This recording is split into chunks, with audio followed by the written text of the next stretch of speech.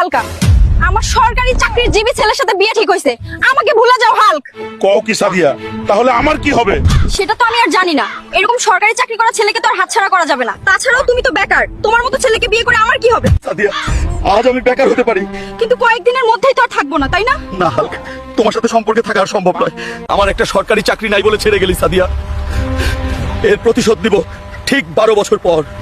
তোদের আর্মির চাকরি পেতে হলে অনেক পরিশ্রম করতে হবে, ঘাম বেচে পানি খেতে হবে, তাহলে তোরা আর্মি হতে পাবি। হালকা, তোমাকে সেনাবাহিনীতে স্বাগতম। তুমি এখন আমাদের দেশের গর্ব। আমার সরকারি চাকরি ছিল না বলে ফিরাই দিচ্ছিলে, এবার সেনাবাহিনী চাকরি হয়েছে, এবার তো আর পারবা না। পাগল হয়েছিস নাকি হাল্ক?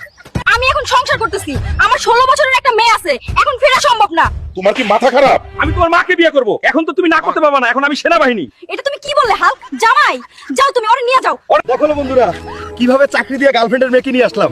ভিডিওটি ভালো লাগলে লাইক, সাবস্ক্রাইব আর কমেন্ট করে বলো আই লাভ আল্লাহ।